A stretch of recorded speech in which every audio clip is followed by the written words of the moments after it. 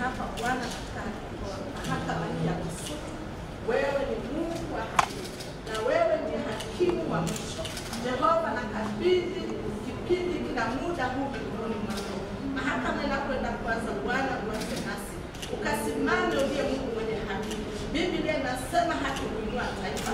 Hekima yako ikasimame katika mahakama hii. Peke yako Mtakatifu, ukatawale fahamu za watu wako, ukatawale mioyo ya watu wako. Haki kasimame, kwa kuwa haki pekee huinua taifa, bali kinyume na hayo ni udhaifu na ni aibu kwa taifa. Kwa jina la Yesu nakabidhi mahakama yote. Hakimu mtumishi wako atasimama mahali hapa kama wakili wa haki katika taifa. Jehova, tumie sawa na mapenzi yako.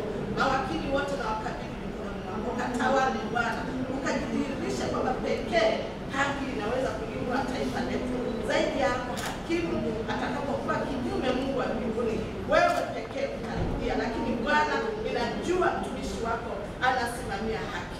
Haki kasimame, mawakili wakafanye haki, wakiamua kwa haki sawasawa na uweza na mamlaka yako, kwa kuwa haki pekee italinua taifa letu.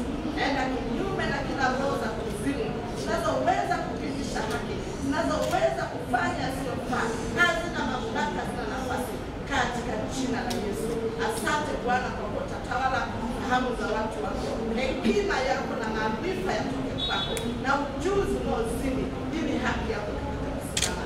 Naweka haya yote mikononi mwako katika jina la Baba na la Mwana na la Roho Mtakatifu. Amen.